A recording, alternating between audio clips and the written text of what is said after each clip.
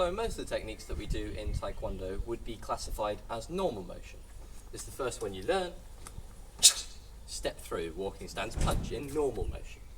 But there are a couple of others.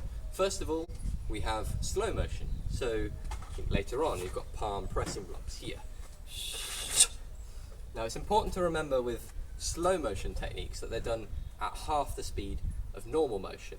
Now that might seem quite slow, but it's not as slow as you might see someone doing it. Here, old style Taekwondo used to be here, and we're juttering on the floor, and we're not really doing it correctly because our foot is in the wrong position, because we can't hold this position once we've gone past the reaction part of the technique. So it is important to keep the right pace here and through, and don't be afraid to drop into the technique as you would per normal. Okay, so if we're doing a normal palm scooping block here, I'm still upright, and then as soon as my body weight has gone past the point of no return, I'm delivering down into it. When we're doing it in slow motion, a similar thing. Okay, nice and easy.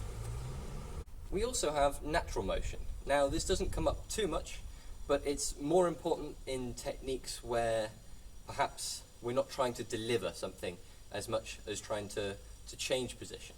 So the most obvious one is the first move of Jungun here, when we're stepping out, and it's officially recorded as measuring up. You're lining up, it's on your shoulder line here, and where if we were executing, we'd be here, and we'd be punching forwards, or perhaps out here, but that's not what we're looking to do. Okay, so it's just bringing your arm in a straight line to where it needs to end up.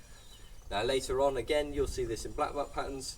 Gaebaek springs to mind, especially when we are, let's think from here, palm scooping block, step through into the knife hand guarding block.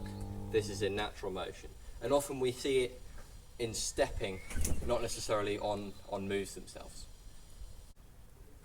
The final different type of motion that we have for single techniques is stamping motion.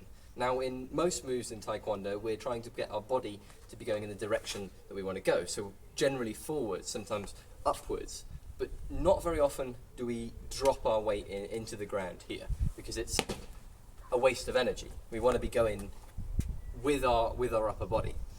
However, exceptions to that include in black belt patterns, in Chungjiang, or perhaps here, W-shaped block, which is a little bit more colour belt friendly.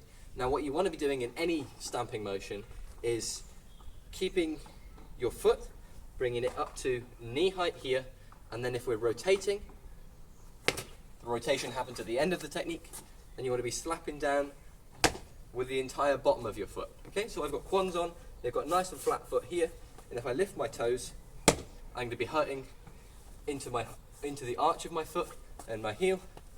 So try and keep your toes down onto the floor and hit with all of the foot at the same time. The purpose of stamping motion, especially when rotating, is to kill the momentum. So when we're doing W-shaped block, we're coming forwards here, and our momentum, despite the fact we're rotating, is still going this way because we're stepping through this way. So by stamping down, we stabilize ourselves.